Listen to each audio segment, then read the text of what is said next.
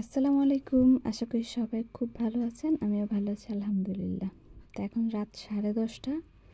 বাহিরে সকাল থেকে ঝিরিঝিরি বৃষ্টি আর ওয়েদারটা ঠান্ডা, খুবই সুন্দর।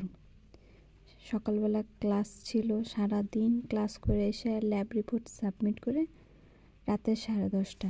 এত অস্থির লাগতেছিল, একা একা আর কতক্ষণ ভালো লাগে।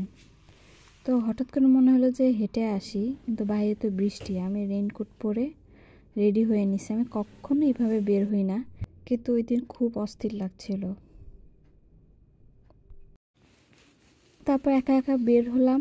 রাতে 10:30, কাকপক্ষীও নাই জার্মানিতে এই টাইমে। কোথায় যাব, কি করব, কতটুকু হাঁটি, আবার দেখি কোনো মানুষ নাই, কোনো কোনো শব্দ নাই, সারা শব্দ নেই।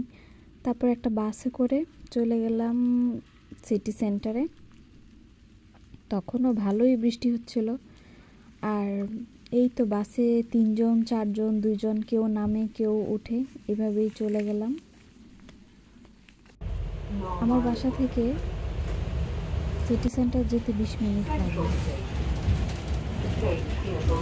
তারপর চলছি গন্তব্যহীন কোথাও।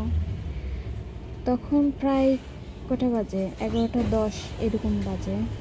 তারপর এই তো, এটা হচ্ছে এলিজেন্ট বুশম্যানের একটা বিশেষ জায়গা। এটার একটা ইতিহাস আছে, পরে হয়তো একদিন জানাবো।